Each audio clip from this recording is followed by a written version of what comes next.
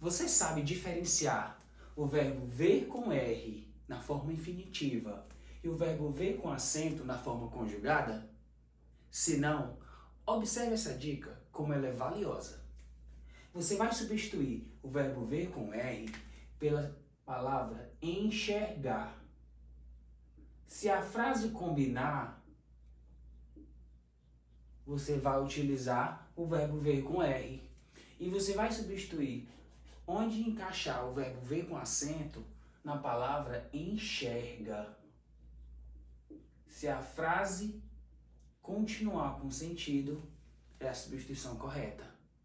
Portanto, você vai substituir o verbo ver com R por enxergar e vai substituir o verbo ver com acento por enxerga.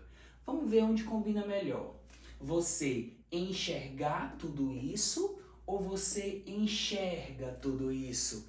Enxerga combina melhor. Como é o enxerga que combina melhor, você vai utilizar o verbo ver com acento no E. Portanto, você vê tudo isso. Olha o segundo exemplo. Diogo precisou enxergar para crer ou Diogo precisou enxerga para crer? Diogo precisou enxergar. Enxergar combinou melhor. Portanto, neste caso, é o verbo ver com R no infinitivo.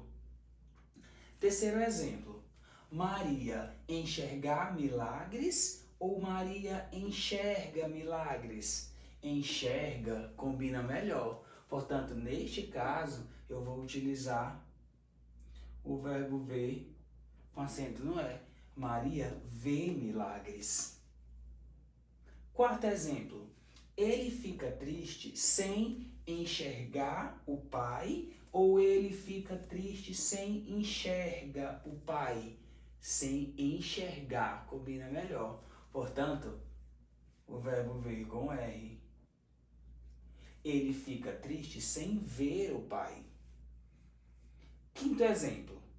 Marisa não enxergar nada ou Marisa não enxerga nada?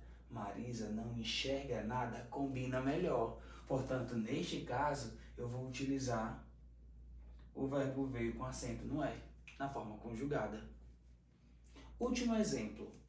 Quero enxergar a vida melhor ou quero enxerga a vida melhor? Quero enxergar combina melhor. Portanto, neste caso, eu vou utilizar o verbo ver com R na forma infinitiva.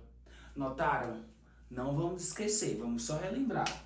Você vai utilizar o verbo ver com R quando puder substituir pelo verbo enxergar. Uma outra opção é o verbo observar. E você vai utilizar o verbo ver com acento no E quando puder substituir por enxerga ou por observa. Interessante, né? Sabia dessa dica? Se não, observe esses exemplos, printa e não erre mais.